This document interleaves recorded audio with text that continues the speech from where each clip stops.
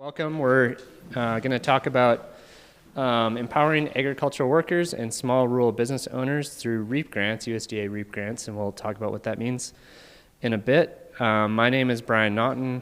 I'm a volunteer over at the Rio Grande Community Farm, which is just across the ditch here. And we work and partner quite a bit with the Agri-Nature Center where we are today in their lovely classroom. But this whole property is operated by the Village of Los Ranchos.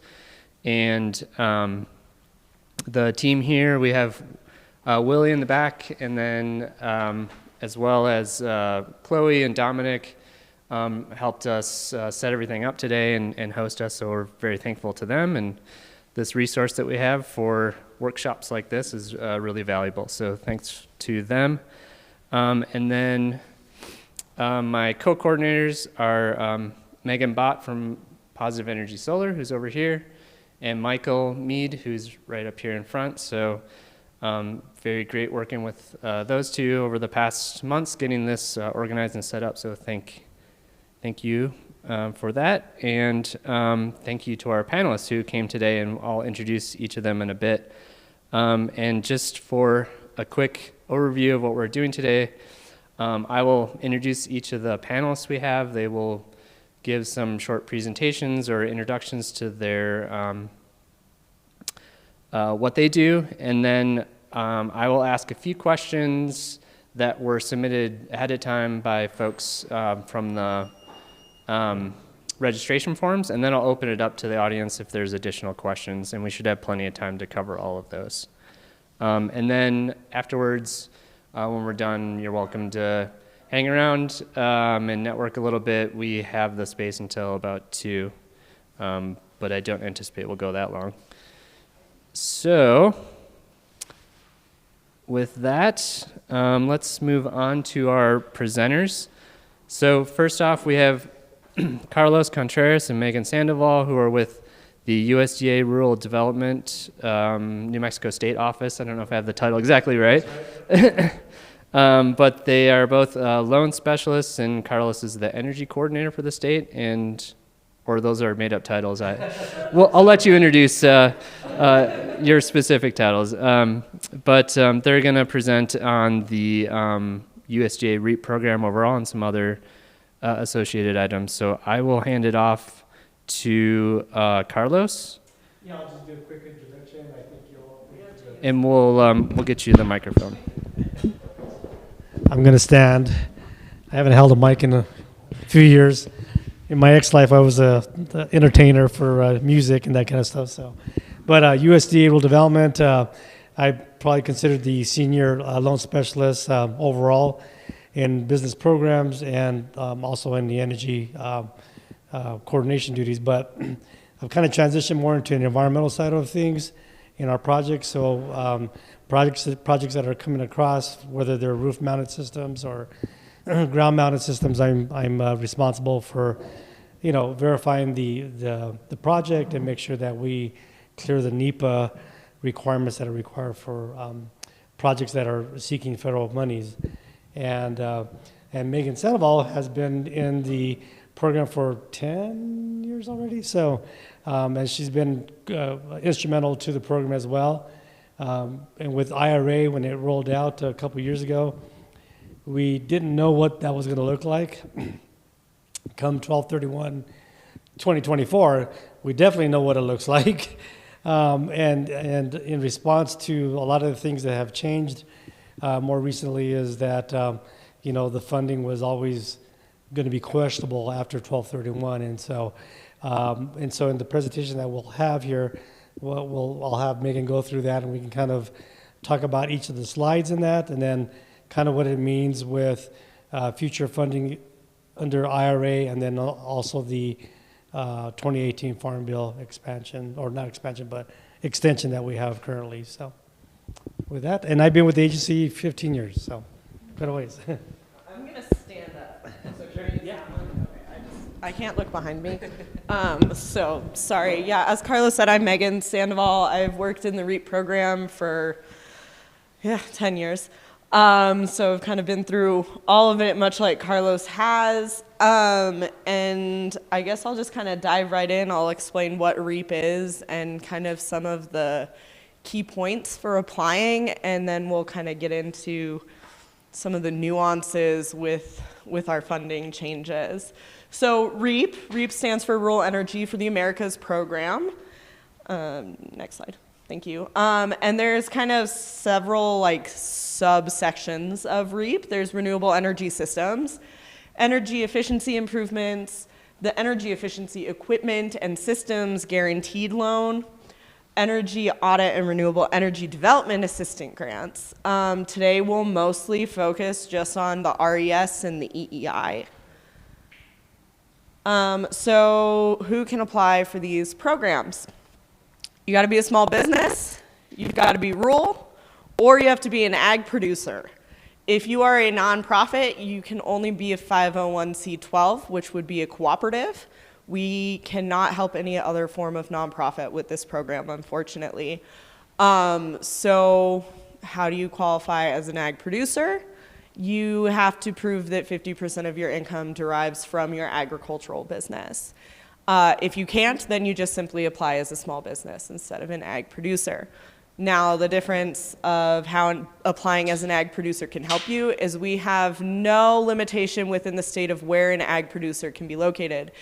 For example, we have funded a small family farm right in the middle of Corrales, which actually is an ineligible area for most of our programs, but because they are an ag producer, they qualified. If they had applied under a small business, they would have not qualified for our program. So, little nuances. Next slide. What type of projects can you do? So, renewable energy systems, the automatic one for New Mexico is solar. It could also be wind, hydroelectric. We do have a couple anaerobic digesters and biomass projects. For obvious reasons, we have not touched wave or ocean power. That's just not really one that's feasible in the state of New Mexico. And then energy efficiency improvements, I would say this part of our program is pretty underutilized for small businesses. It's replacing things in your business that can help save on your energy costs. This can be any of your appliances. It could be something as simple as insulation. It could be a new roof. Anything along those lines. Lights, there's a lot of LED lighting going in, and thermostats even, so the program can help pay for those. Go ahead.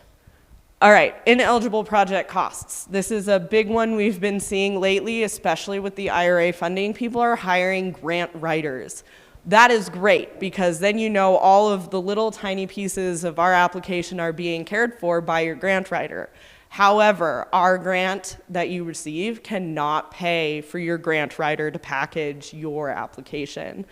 So please keep that in mind. That would be an out-of-pocket costs. We also cannot allow the grant to pay for something that has happened already. So if you submit an application but you put your solar in a month before, it's ineligible. We can't retroactively pay for a project.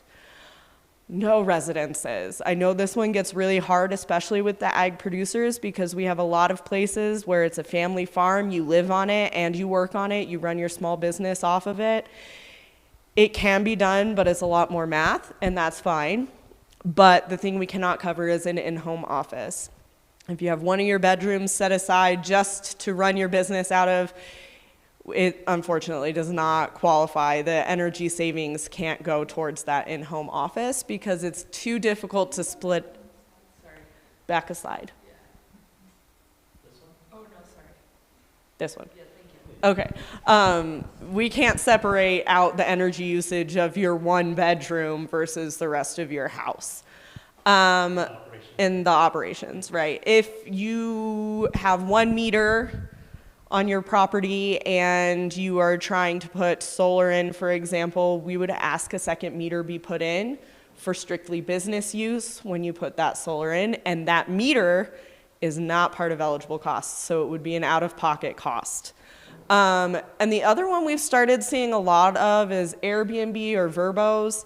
This is a really gray area for us right now because it hasn't been a thing in the past, so we're not sure where we stand.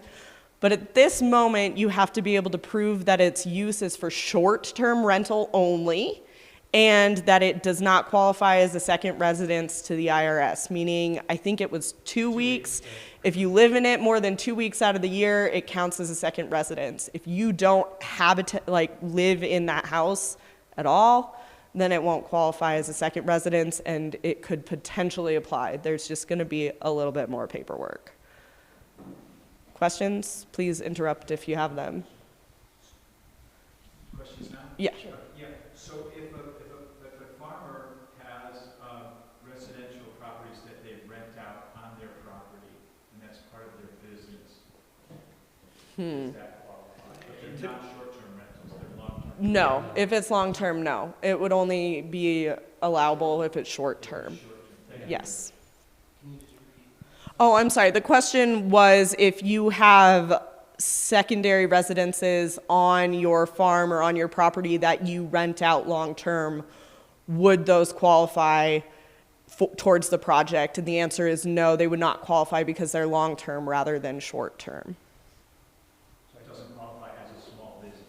It does not qualify towards it could be a business. Like that could be your small business is renting out these properties. But it would be an ineligible cost as far as the REAP project goes. The energy savings could not apply towards those residences because they're long-term, not short-term. Basically, REAP was structured for businesses and ag producers, not for homes, right? So we're not really looking at this from a perspective of your residential living, even if it is renting out to someone else. And to talk about the Airbnb portion of it is we're going to want to see rental receipts through the management company, or if it's through Airbnb, VRBO, whatever it might be. We're going to want to see the rental receipts so that we can determine that these are in fact short-term stays for our ability to process the applications. More questions? All right. Just curious, is this the type of grant you are eligible for once and then it's kind of closed for people to apply? Like it stages over years? I'm just thinking about the Airbnb concept or something. If you create like agritourism in your business like down the road, Okay. could I apply like multiple times? Or is it like one and done? So the question is as an applicant, are you allowed to apply sequentially or subsequently for the grant as well? And the answer is yes, you can. Everything is tied to a tax ID. So the key point to remember there is you can only have one application per fiscal year. And this is governmental fiscal years, so October 1 starts our new fiscal year. So if you apply within, let's say, fiscal year 25, you would not be eligible to apply again under the same tax ID till the next fiscal year. But yes, you can. We call them repeat offenders. We actually really like them because they learn the program and it makes our application process really easy. So yes, you can. More questions? All right, we'll move on to the next one. Competition deadlines. This is where it's going to start getting really confusing with the new changes. So we have the Inflation Reduction Act spending, or as we're going to be calling it, IRA funding. And this is what has allowed us to up the federal grant share to 50% of the total project costs. And since there was such a huge reaction to being able to get a 50% grant, we got overworked and are drowning in our applications at this point nationally. And so they have actually cut off funding this year for fiscal year 25. We are no longer accepting applications for the rest of fiscal year 25 because we're too far behind on processing the applications we have. So that being said, the first day you can apply for 50% funding now is July 1st, 2025, which is starting our fiscal year 26 competition. If you do apply and you are not selected in the year in which you apply, you'll have to withdraw and then reapply, which is simply changing the dates on the application you already submitted. So the IRA funding, that's our 50% funding. Right now, we're only looking at applications starting July 1st. However, we still do have an extension on the 2018 Farm Bill funding, which is how REAP originally started, and that is at a 25% grant share. So only a quarter of your total project costs could be covered by the grant. We are still accepting applications for that at this time. Our deadline is 3/31, and in this certain instance, your project costs would have to be over $20,000. So it has to be kind of a bigger project. There are 2 deadlines a year. 3/31 is for our large projects, and 10/1 is for both small and large projects. It's a little confusing. It comes from separate pots of money. Please just call. We're happy to help. Yes. What defines large? If the grant amount you are requesting is over $20,000, it is considered large. So that would mean, like, that would be 25% of the whole project? Yeah, so that would mean your total project would be $80,000 or more. Projects after July 1st that are submitted, they can compete at the 50% level? Yes, Provided there's funding. provided there's funding. Yeah. Everybody knows there's a change in administration coming, and we do not know what that means for the Inflation Reduction Act. So we just are doing this as a hopeful, technically, the IRA is set to be funded through 2027. However, changes in administration happen, and we're just not certain what it means for the Inflation Reduction Act specifically.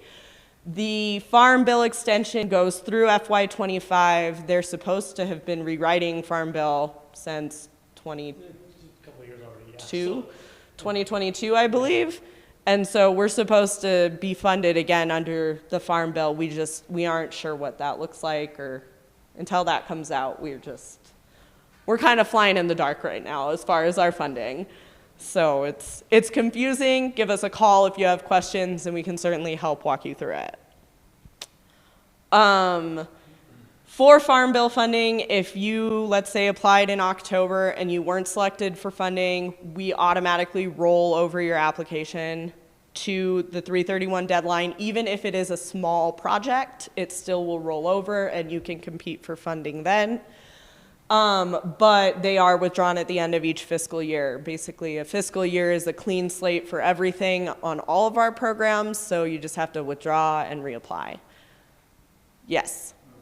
So what determines whether it's an IRA application or a Farm Bill application? Okay, the question was, what determines an IRA application or a Farm Bill application? That is how you fill out the paperwork, and if you ask us for 50% or 25%. That's it. And so it's therefore assuming that let's say assuming there's funding in July, then if it's a 50% grant request, that would be for the IRA. Yes.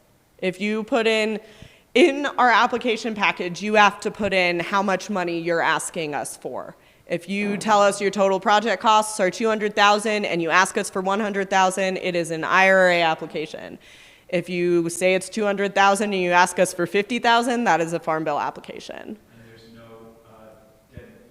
difference in large or small projects under the IRA? Under IRA, from your perspective as an applicant, no. From a perspective of processing, yes, because they have separate pots of money for applications that have a grant request under $20,000, much like in Farm Bill.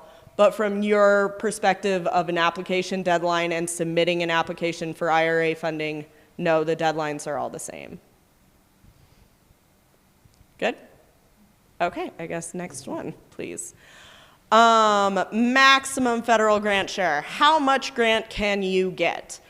Under the IRA funding, you can get up to 50% of your total project costs. And on the next slide, I will go over what our minimum and maximum amounts are. To be able to apply for the IRA 50% funding, you have to hit or meet one of those bullet points. That means you have to apply after 4/1/2023. I think we're all good there at this point. And then you have to meet one of the following.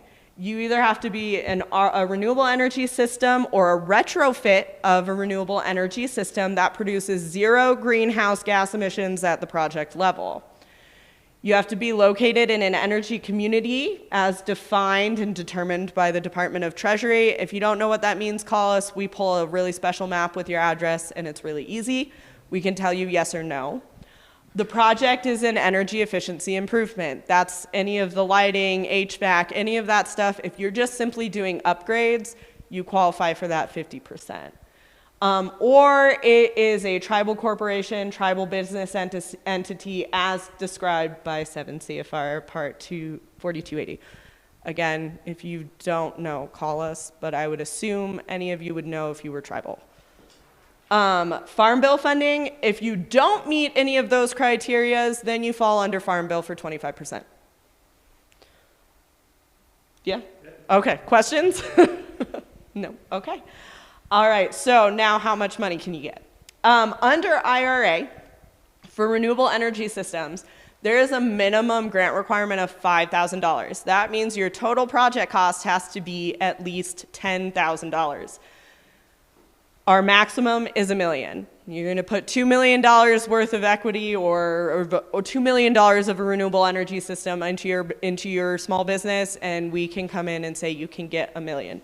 If it is over $2 million, you can still apply, but you will not get more than $1 million. Caveat, our program is a reimbursement grant only. This means that you have to pay for everything in full. The entire project has to be paid in full, and then after you can submit for a reimbursement. And this is assuming you've been selected for funding. Okay, so energy efficiency improvements. There's a $3,000 minimum and a $500,000 maximum under the IRA funding. Under Farm Bill, you'll see the math is really easy. Just cut that in half. So $2,500 minimum for RES, $500,000 maximum for RES, and then a $1,500 minimum and a $250,000 maximum for the energy efficiency improvements. All right. We also have a program that can guarantee a loan for these types of projects if your business or as an ag producer, you can't necessarily out of pocket pay for all of this. Our guarantee loan is you would go to a bank and you would ask for a loan, and if they're a little skeptical about giving it to you, then they can come to us and ask us as the federal government to guarantee that loan for them. And it's kind of all the same process. You can get this guaranteed loan and a grant at the same time for the same project. The timing is hard, but we can make it happen. If this is something that's interesting to you, please call us because there's a lot of timing to figure out.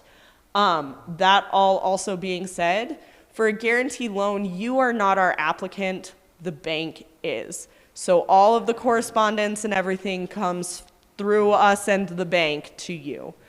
As far as the kind of nuances of that program, $5,000 minimum of a loan, $25 million of a maximum, 75% of the guarantee, or 75% of the loan can be guaranteed by the government.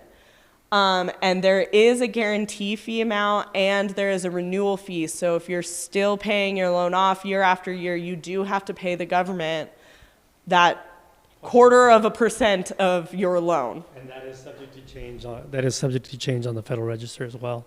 So yes. And then if you are doing a combination of the guaranteed loan and the grant, what would happen is you would get, let's pretend that you're going for IRA funding, you would get that 50% grant. That actually means the government is then only going to guarantee 25% of the loan. So 75% total is what the government will cover if you're doing a loan grant combination. So if you're going for Farm Bill funding, they'll guarantee 50% and the grant is 25%. Again, if this sounds interesting, please reach out because nothing about our applications are simple. And I'm sorry, I wish they were. Which still means you have to have 25% of your monies into the project. So Questions? Okay, good, because I don't like answering questions for that. Okay, so all of our projects have to have something to prove that the work you're doing is worth it to the government. So we require energy assessments and or an energy audit. Most projects are just going to be an assessment. That's if your total project costs are under $200,000. It must be completed by a qualified third-party consultant, and for those of you looking to put solar in, that is your solar provider. Their technical write-up of the project that you're trying to do is exactly what we need for the energy assessment. If you're doing an energy efficiency improvement, then you do need to find somebody to come in, and they're going to see how much energy your lights use, how much energy you're losing from your insulation, all of that. They're going to do this huge assessment, actually, of your business, and they'll do this really big write-up. To get an energy assessment or an energy audit done is a requirement of the application, which means it has to happen before you submit the application. Thus, it is not eligible project costs for our grant. So we unfortunately cannot pay you back for what you have to pay to get these done. We do have sources and resources for you as the applicant. Some of them can be free for you through another grant program we have. If this is interesting to you and you're doing energy efficiency, reach out and we can pass along that information. Does New Mexico State's energy audit that they offer at New Mexico State University, does it qualify for this, or is it used very much? I think Carlos, we talked about this before. Is it used much? Yeah, it is. So the question is like NMSU, can they provide some of the technical assistance to do the energy assessments? And the answer is yes. We've got a couple of programs that have rolled out since IRA, but the original one was the REAP Energy Assessment and Rural Energy Development Assistance. And so what that allows is for like NMSU to apply to USDA to be able to get a grant to do these type of projects for the end user, right? During IRA, another grant came out which went to both nonprofits and for-profit businesses to do the same thing, but this was under the REAP TAG program. And so under the TAG program, that's free assistance to the applicant to get these services done. Under like NMSU, under the REAP EA RETA, it requires a 25% payment, if you will, to NMSU or whoever's doing that under that program. And they set the prices. We don't set that price. If NMSU decides $125 is sufficient to do the audit, then that's what they'll request on that. Okay, so we did energy assessment. Let's hop over to energy audit. This is if your total project costs are over $200,000. It's just a little bit more in detail, a little bit more in depth, but the same thing, third-party consultant, could be the solar provider. If you're doing EEI, someone like NMSU can do it as well. The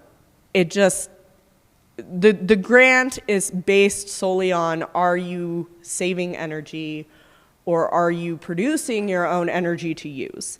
And this is how we prove that. So that is why it is such an important and integral part of the application. Questions? Okay. All right. Occasionally, we will require a feasibility study, which is just one step further beyond the energy assessment or audit. We only require it if you're doing a hybrid system. For example, you want to put in solar and wind power. If you're doing a hybrid, we will require a feasibility study to make sure that what you're doing financially makes sense for the amount of energy that you're going to be getting from it. And that the area you're putting it in is a good area for wind and solar. Again, we've never done wave energy, but if somebody came in saying they're doing wave power, I guarantee you we will ask them for a feasibility study. So just keep in mind that if you're trying to combine two different renewable energy sources, completely allowable, but it will just be a little bit more upfront to make sure that what you're doing is feasible. Remind me, does the renewable energy part of the REAP grant cover battery energy storage systems? All right, the question. Fall under the feasibility? The question was if the REAP grant can cover battery storage for renewable energy systems. The answer is yes, with a caveat. At this point, any project who's submitting for battery backup or a storage component of any kind for their renewable energy will be sent to national office for them to do a technical merit review. And it is then in national office hands to decide if it's a feasible project or not. If they come back and say no, you will not be selected for funding. And we can't even adjust and say, well, we'll just take the battery out. Then you just have to withdraw and reapply. So this was new. It kind of came to light during the IRA fiasco, and it's actually been pretty difficult from the agency side to get projects through at this rate with battery storage. So if you are a solar provider or a consultant who is helping, please make sure if you are including a storage component that you have a very, very detailed write-up that covers the economics of why you are doing it and proof of why you need it. For example, Kit Carson Electric does blackouts now. They schedule blackouts because they're completely solar powered during the day. And so they will schedule certain sections so that the draws are appropriate. And that is one example of why you would need battery, because you need to keep your freezers running during that time. But if you're a solar provider or a consultant, make sure these write-ups are extremely detailed. More questions? All right, so that was feasibility study. Okay, here you go, Carlos. It's all you. All right. So a project cannot be awarded by the agency until the full NEPA environmental has been determined. And what we're looking at is if it's a roof-mounted system, we still got to go through some of the mapping processes that we go through to make sure if it's in a historic district or there's historic properties in that area, we have to make sure that our project is not going to have an impact on the view shed of historic properties. And so basically the guidance is a half a mile from the subject property. So if you know that coming into the application, it's good for us to know so that we're able to do that consultation right off the bat. So, and then the other part of that would be, as far as the cultural resources, would be the tribal historic preservation offices. And that comes into play when you're doing ground disturbance. And ground disturbance is basically anything that's beyond what's already been previously disturbed. So an example would be is if you had a parking lot, well, you could say that's previously disturbed, but how far down did they go to do the base coat and that kind of stuff, right? And so typically, if it's a ground-mounted system that's ballast applied, then the impact would be less. But if they're having to bore, 3 feet down, or whatever that might be, then you have a cultural resource that you have to be looking at. So if it's ground disturbance type projects, you should notify the agency right away. We as the agency have to do the consultations on behalf of the applicant. So, because that's the intergovernment agreement that we have between us and the tribal entities. SHPO, we call it SHPO, that's the State Historic Preservation Office. You as the applicant could reach out to them, but we're already doing it, so you might as well just allow us to finish that up for you guys. The other thing we'll be looking at is the environmental impacts, including threatened and endangered species. So that's part of the section 7. And what we're looking at that is if it's a ground-mounted system and you have to clear brush or trees, that's going to be an impact to whatever might be habitat in that area. So we want to make sure that we can avoid that if all possible, right? Trenching. If we leave an open trenching, could an animal get stuck in there? And there's some things that we got to verify.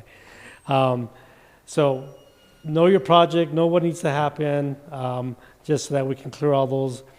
The cultural resources have 30 days to respond to us. So we can't push them along to get it done sooner than that.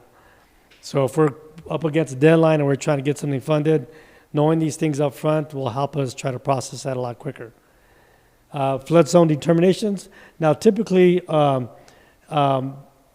grant purposes, it's not a big concern because the monies are going towards primarily soft costs, which we need to talk about. But the grant monies are going towards soft costs of a project, and so there's not really an equipment issue, if you will. However, if we're doing a grant loan a guarantee loan with a grant, then yes, the bank's going to be requiring flood insurance and all that to make sure that the equipment's going to be covered for the life of the loan, right? So we want to make sure on that. And it also falls into play with wetlands. So we do an extensive study of wetlands and sole source aquifers and all that, just to make sure that our project's not going to have an impact in any of that area. And of course, during construction, especially for ground-mounted systems, if you're digging up and trenching and all of a sudden you find a cultural resource, whether it's pottery or bone, the project has to stop and the agency has to be notified immediately so that we can come to a resolution on that. Any questions? Okay. All right. Lucky you, that was so short. All right, so just, quick success story here.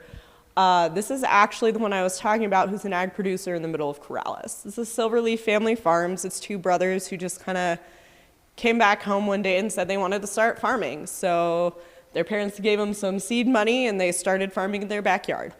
In 2015, mind you, all of these projects they did were under the Farm Bill funding, so they were only at a 25% grant. In 2015, they came in for the installation of their first set of solar, and it replaced about 33% of their energy usage at the time.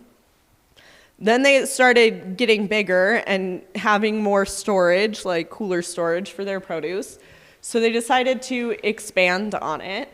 And so they added another 38-ish% of replacement to their energy usage.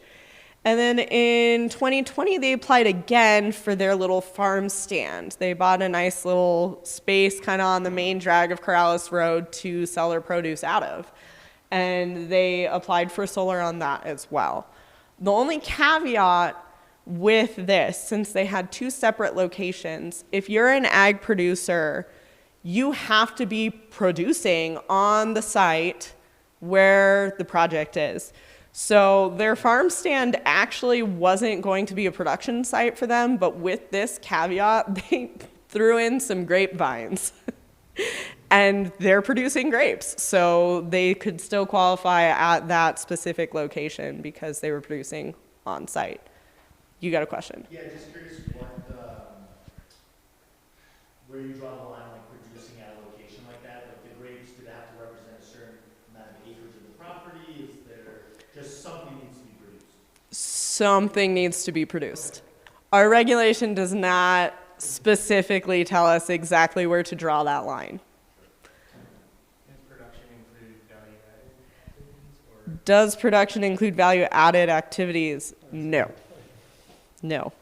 Your value-added activities can help qualify you as an ag producer to be included in that 50% of income, because the income needs to be just derived from the agricultural activity. But it would not qualify as the production. That's like roots in the ground kind of a thing. So that means a site that's for a well pump for an ag producer wouldn't qualify because it's not producing crops or agriculture? Actually, so the question is would a well site for a pump, like for example, you're putting solar in on that well to pump, be an ag producer or qualify as an ag producer? And that actually just depends. Is the well in the middle of their field? Is the well in the middle of the ranch where all the cattle are being run? Because cattle are the agricultural product in that circumstance, so yes. And if the well is, irrigating their crops, alfalfa, anything like that, then yes. That is a good question.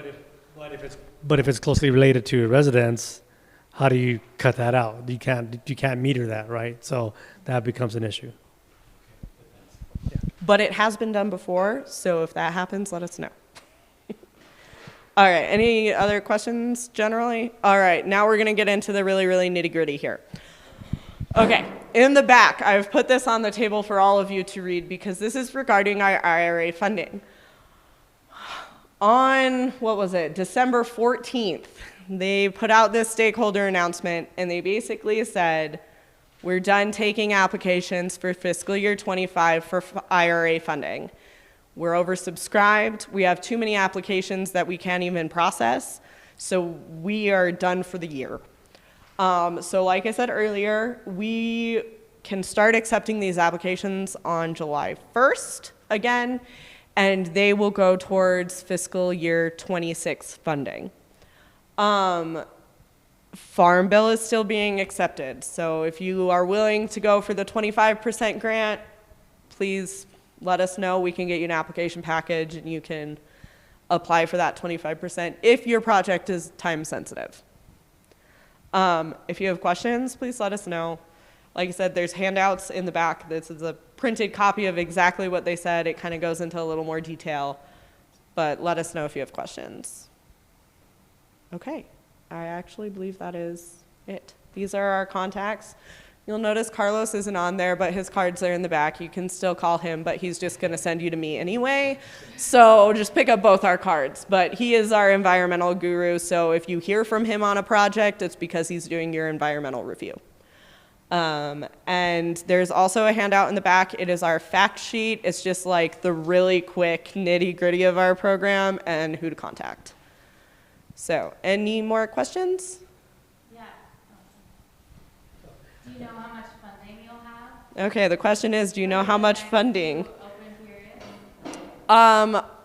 No. No, the question was, do we know how much funding we'll have? So we've technically received our FY25 funds, so I do know that number, and that is 1.08 million. And we currently have $8 million in application requests. So there's, we're upside down. Yes, we're very upside down. I have no idea what our future funding is gonna be. We didn't know to begin with, and now with a change in administration, we really just are uncertain. I was just curious about land ownership and having projects approved. That is excellent. Okay, the question, well, it wasn't really a question, just he wants to know about land ownership and projects and the correlations there. In your application, the applicant, so whoever's tax ID or business tax ID, needs to be able to prove ownership or control over the site where the project is going in.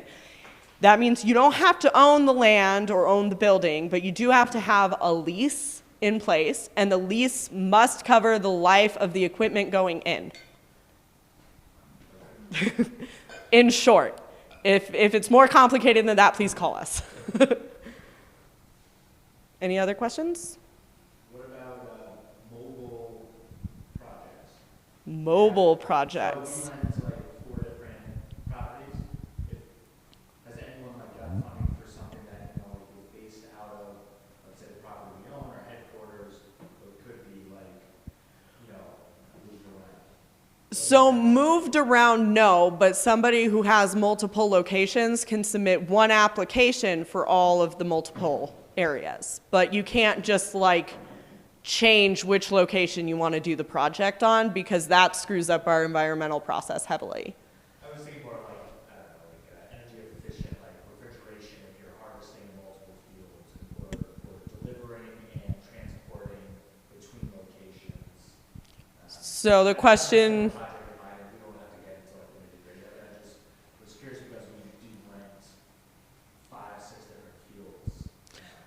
okay, so the question kind of evolved into, can a project cover anything that's mobile, such as going into different fields or different leased areas for such things as harvest? I don't know. That's a great question for our national office that I will put up there after I talk to you more. Okay, yes, lots of questions. I like it. So, I mean, it sounds like generally like a, you know, like a solar project is intended to be grid tied, like you would really do like a, you know, Standalone. yeah. So the question was, does it really have to be grid tied if you're doing renewable energy? The answer is no. We have done off-grid systems that included a storage component. But again, if that is what you're interested in, make sure the solar provider or the renewable energy systems provider does a very detailed write-up. Just like give us no amount of information from that perspective is too much, because it has to go to national office, they have to approve it, and it's a thing. You don't really know what they approve it for, just so that there's no other option. So we had one this past year that we actually fought national office on because they failed it and said they didn't need storage. And we kind of went back to them and said they aren't even grid tied. They're completely off grid. So if the solar isn't functioning, they don't have energy. And we finally got them there and they said yes. So it is doable, but like that first time we submit the request, the more information we have, the easier it is to get through that process, because that took us about 6 months. So like, that's not fun for anybody. So, no, okay. Any more questions? I had some questions that were submitted ahead of time that Okay. I think are applicable for you guys. So one of them was related to specific agricultural enterprises that might be excluded. And so, for example, maybe just specifics are more helpful, like a vertical farm, hydroponics, aquaponics, anything that's maybe less traditional agriculture. They still qualify as an ag producer. The one thing I will say is there can be no hemp. Nothing. We are federal, so there can be no hemp on site. There can be no hemp production. There can be nothing tied to hemp. Okay. Otherwise, it will not come through. I had another question about, I saw biomass on the list of applicable technologies. Someone asked specifically about pyrolysis. So I think that's like biochar production, is my guess. Yeah. And so it could be something we could look at, and the biomass project has to benefit the business, right? And so we've seen that where like anaerobic digesters or pellet type systems to utilize to heat their current facility.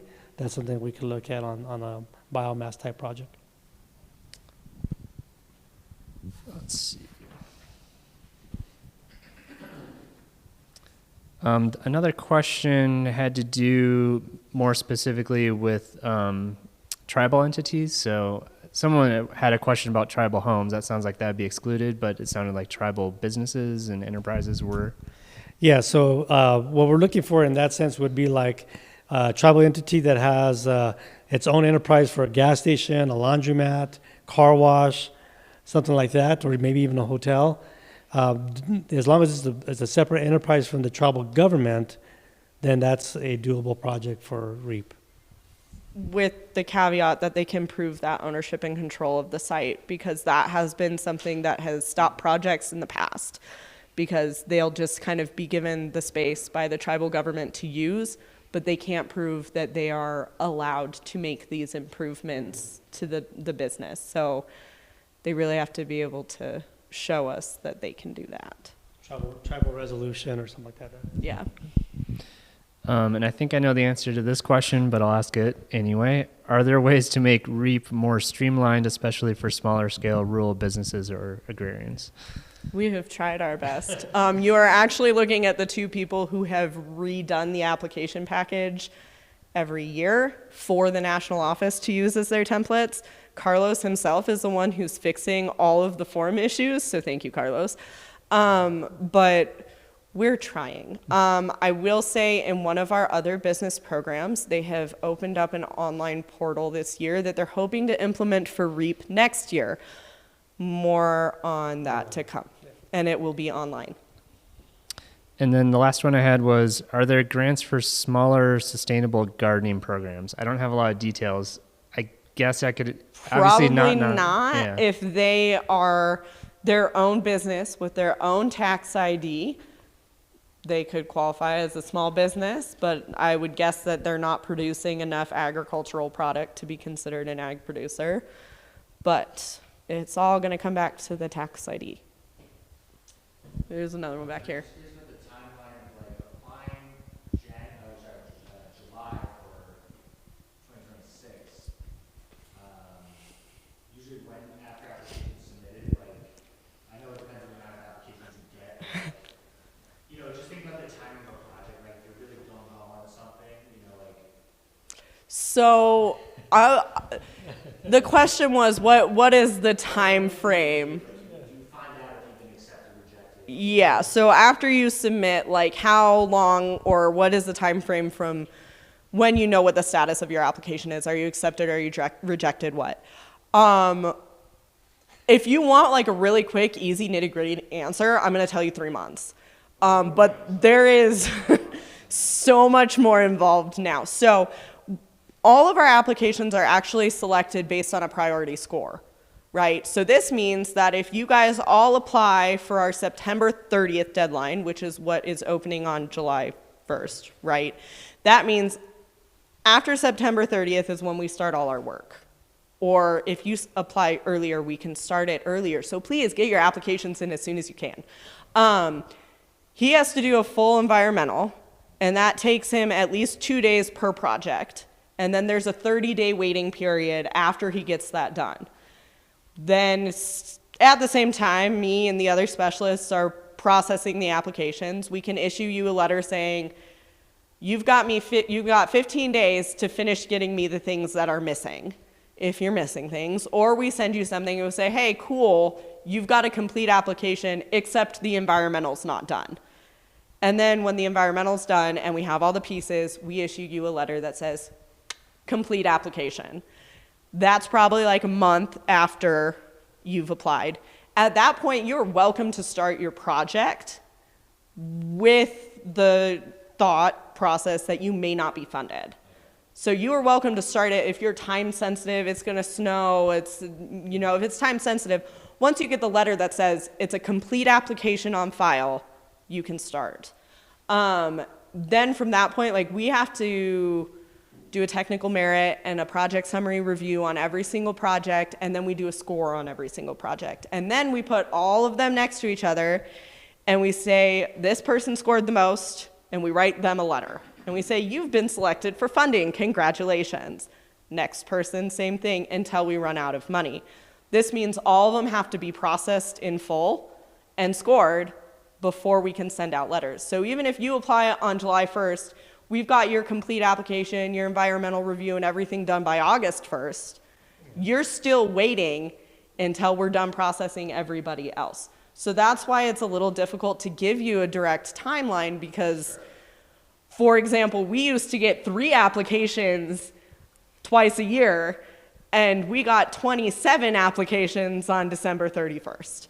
So it just depends on who's applying when and the extent of what he has to do on the environmental and the complexity of what projects are being put up. So in a perfect world, it would be about 2 months.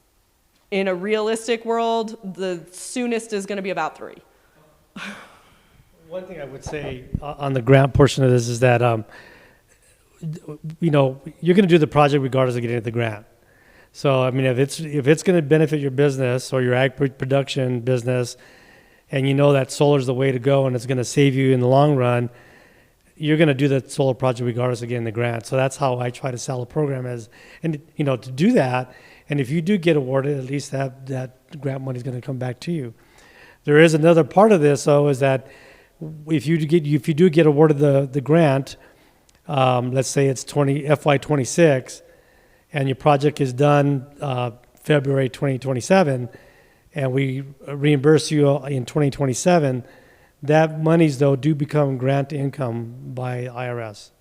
So you'll have to account for that as part of your incentives and everything else that you might get back in your breakdown of the funding mechanism. So. I was just thinking more like in terms of, the type of project you apply to, if it's weather sensitive, thinking like if you hit it in July, you wait till September, let's say it's a greenhouse improvement, it's frost, sensitive.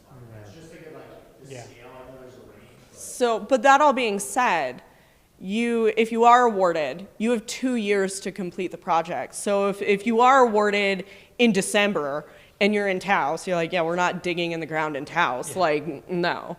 And then you just start it in the spring instead, it's completely fine. You just have to do it within 2 years. Does it'll help me like shape the type of projects we apply to? Yeah. Time, Yeah. 2 years ago. All of these are great questions. Anything else? The grant is taxable income. Is that something that if people are getting a federal tax credit, they can use against the taxable income of a REAP grant?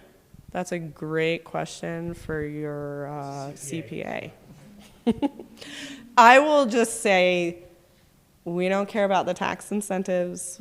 Once we cut you that check at the end of the project, we're going to ask you for 3 years of reporting to prove that the project you did is saving you energy or putting energy out, and you'll only hear from us once a year for those 3 years, and we're done. Because we, like Carlos said earlier, we try to tie our grant costs to things like labor and installation, so they're the soft costs, and if we have to, we tie it to the equipment, and then we ask for your depreciation schedule of that equipment. And we usually do a straight line depreciation so we can get out of your hair even faster. So, because if we're tied to the equipment, 15 years. we're tied to you for 15 years at least. So none of us want that because he's going to retire at some point and I don't want to pick up all his work. So, but yeah, good question too. Anything else? Okay, well, we're around. Oh. One more question. I don't know if you've ever seen this, but there is a new kind of ground mount array that can actually be set just with sandbags holding it down.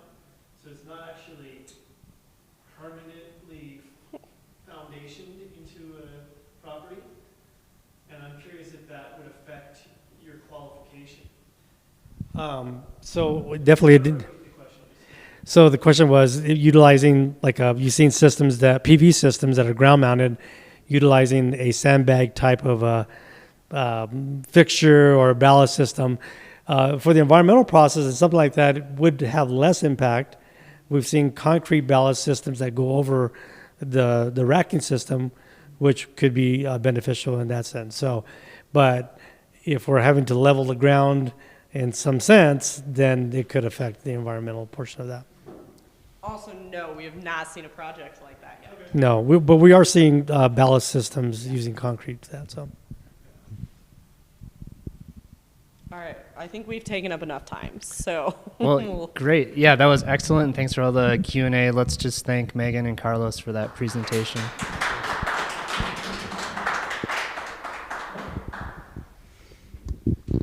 Hi, I'm Sarah. I run a consulting company.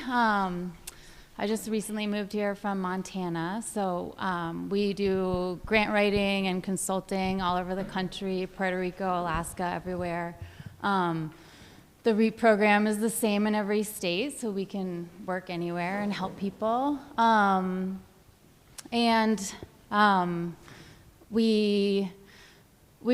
The last year we've just seen pretty awesome success with projects, and I don't know, nobody knows yet what's gonna happen with the federal incentives, but with the REAP grant covering 50%, there's a 30% tax credit, there's an accelerated depreciation schedule, which is another tax incentive, and then the annual energy savings. We're seeing people pay, the system is paid off essentially in 1 year. So that's pretty huge. And then companies are, moving forward and saving, $50,000 a year or whatever after they install. So, it's been a great program. I hope it continues. It's helping, so many people. We have an online platform where we just gather information from everybody, and it's super simple. We've tried to make it really easy. There's something called a UEI registration, which is really confusing and complicated, and we do all of that for people, and we help them get registered and stay registered, and so that I think that's been a big help. And yeah, our cost range, it's all based on per project. We're probably gonna change our pricing a little bit, but we just charge a small upfront fee, and then there's a percentage on the award that we charge, which is, we charge that when the grant is awarded, because like you were saying, the grant writing can't come out of the grant itself. So it's something that people pay for on their own. And yeah, we can help with some of the environmental reporting. If there's like a phase 1 ESA or something like that, and you have to hire a local environmental engineer, we can help find that contact, but we can't do any of that work. And so that's mostly for like, huge, like over 1 megawatt ground mount systems and stuff. But yeah, I'm in Santa Fe, so happy to answer questions or help. We do lots of consulting with small and large projects and different types of energy, and we also write EPA grants, Indian Affairs grants, value-added producer grants, which could be like a good opportunity for your mobile option that you were talking about. Yeah, NRCS grants, state grants, all the renewable energy grants that are out there. So, yeah. Thanks, Sarah. Any questions for Sarah? Clean Power Consultants. And folks here can come up and talk to you, but how will other folks get in touch with you? It's a good... I think I asked Megan if she can share my contact Great. information or just our website. We have a contact form on our website, and we're usually super fast to get back to people and schedule calls with you. Fantastic. Any questions? Okay, so that's one resource for you. I am going to attempt a video here. So I had invited Matthew Draper, who's a owner and farmer at North Valley Organics, which is just down the road, to talk about a REAP grant that he got a few years back. And while he was unable to attend, he did put together a short video for us. And hello, my name is Matthew Draper, and I'm here at my family's farmland in the North Valley to talk about the solar installation that we put up partially using funds from the USDA's REAP program, REAP. So let me turn the camera around here. So here are the solar panels that we put up. It's a ground-mounted grid-tied system that sends power across the field to the cooler, which you can see is the white container sticking up there over the blackberries. And it also powers our well.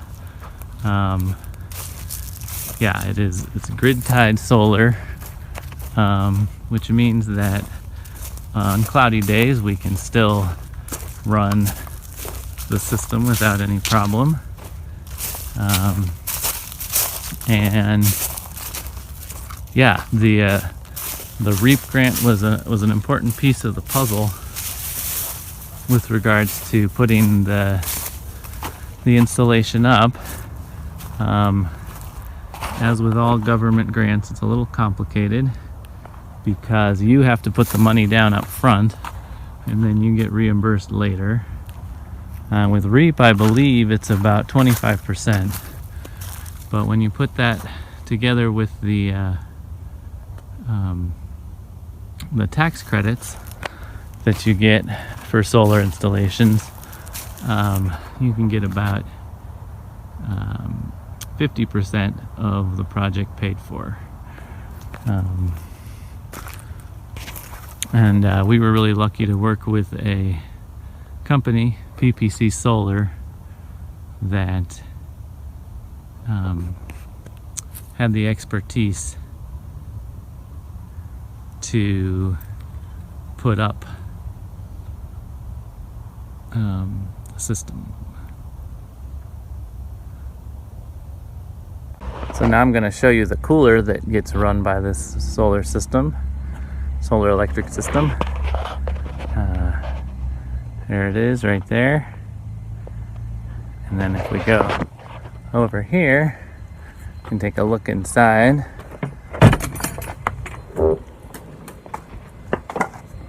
And there's some cool bots and some AC units in here that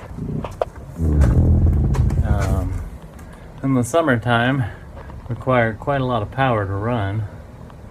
So yeah, those solar panels have been a real help as far as reducing our electricity costs on the farm. So yeah, I highly recommend the REAP grant to folks. Definitely make sure, don't expect that it's going to be funding the whole project. It's really just an add-on. So you're going to have to figure out how to fund the project up front. Yeah, work with your solar installer to apply for the grant, because that's where the folks that installed the solar electric system out here were really knowledgeable as far as how to apply for the grant and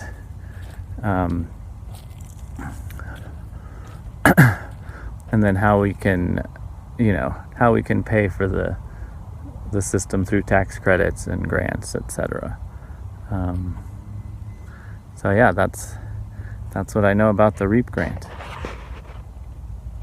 Okay, so yeah, that's North Valley Organics, and they're just down the road. So that's an example of that category of an ag producer getting a REAP grant in an urban area that otherwise may not be eligible if you're just a small business. So just wanted to share that specific example, and I've seen their system. It's quite nice. I can't answer any questions for Matthew because I'm not Matthew, but I think that was pretty straightforward. Just another example of a successful grant.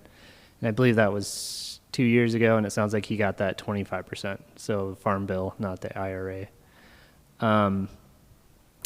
Michael or Megan, did you want to speak briefly about positive energy solar?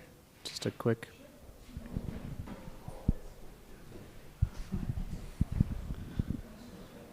So I was grateful to get to work with Sarah on a few applications.